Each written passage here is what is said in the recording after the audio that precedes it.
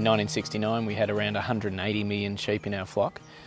Today we have around 31,000 sheep producers running roughly 70 million head of sheep. So down a lot, but we are seeing a trend towards meat production and a decline in the flock. That's playing to the fine-end markets, the apparel markets of the world. That seems to be benefiting from a rising middle class story in Asia in particular, but also a bit of resurgence in Western Europe for the finer end market. Close to 90% of our total production goes to export. 100% of our wool goes to export. But on the lamb and mutton side of things, again, most of our produce ends up being exported. Although we've got bad seasonal conditions, we've got these historical highs in all our commodity prices. Normally in a drought, you're selling stock for nothing and you can't get rid of them.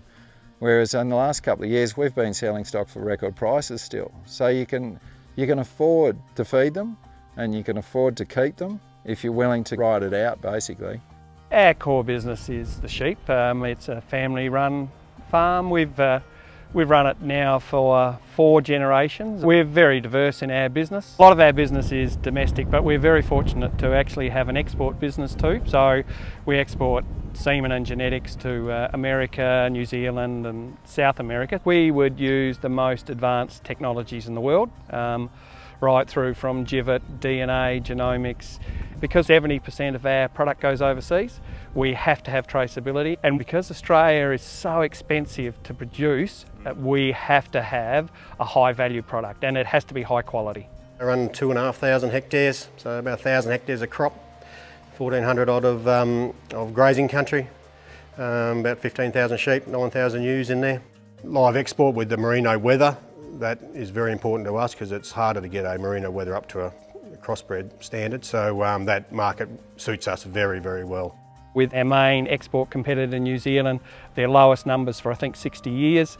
To me, there's really no downside as long as we maintain that quality of product, both meat and wool. Yeah, we've had meetings with government and just really trying to point out that it's food security for people. People want good, clean meat.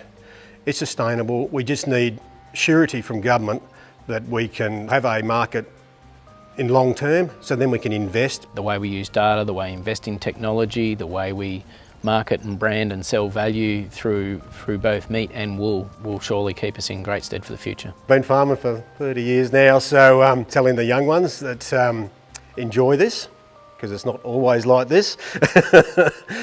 Spend the money wisely and things that are going to pay dividends for the next 10, 20, 30 years. I've seen it go up and I've seen it go down, so fingers crossed.